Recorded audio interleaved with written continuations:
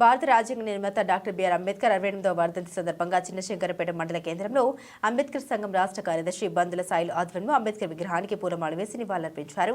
ఈ సందర్భంగా అంబేద్కర్ సంఘం రాష్ట్ర సెక్రటరీ బందుల సాయిలు మాట్లాడారు. డాక్టర్ బిఆర్ అంబేద్కర్ దేశ ప్రజల కోసం ఎన్నో త్యాగాలు పోరాటాలు చేసి రాజ్యాంగం రచించిన చరిత్ర గల వ్యక్తి అయిన ఆయన ఆశయ సాధన కోసం ప్రతి ఒక్కరూ కృషి చేయాలని వారు పిలుపునిచ్చారు. మన డాక్టర్ బిఆర్ అంబేద్కర్ గారు రచించినటువంటి రాజ్యాంగం ద్వారా ఎస్సీ ఎస్టీ బీసీ మైనార్టీలకు ఒక రాజకీయ పదవులలో కానీ ఉద్యోగాలలో కానీ ఒక చోటు చేసుకుంది.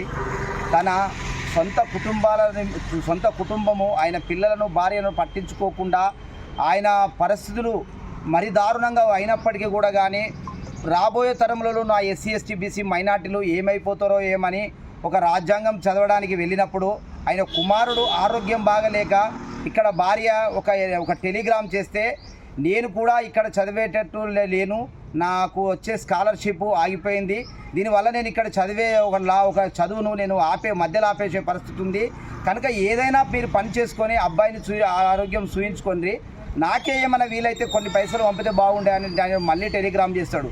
ఆ టెలిగ్రామ్ చేసి తన భార్య ఆవు పేడతో పిడికలు తయారు చేసి వాటిని అమ్ముకొని వాటి డబ్బులను అంబేద్కర్ గారి చదువు నిమిత్తము ఆమె మనీ ఆర్డర్ చేస్తుంది.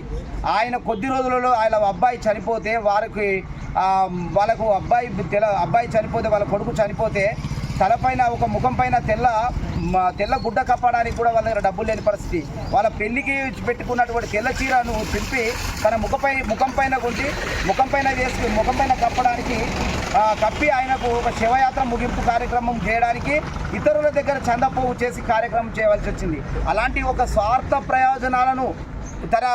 ప్రయోజనాలు పట్టించుకోకపోవడం వలన ఈరోజు మన రాజ్యాంగం రాజించి మనకొక తండ్రిగా మనకొక దేవుడిలాగా ఉన్నటువంటి రాజ్యాంగ నిర్మాత మన డాక్టర్ బిఆర్ అంబేద్కర్ గారు ఈరోజు తన మరణించిన డేటు సందర్భంగా చిన్నశంకరంపేటలో తన విగ్రహానికి పూలమాల వేయడం జరిగింది. జై అంబేద్కర్.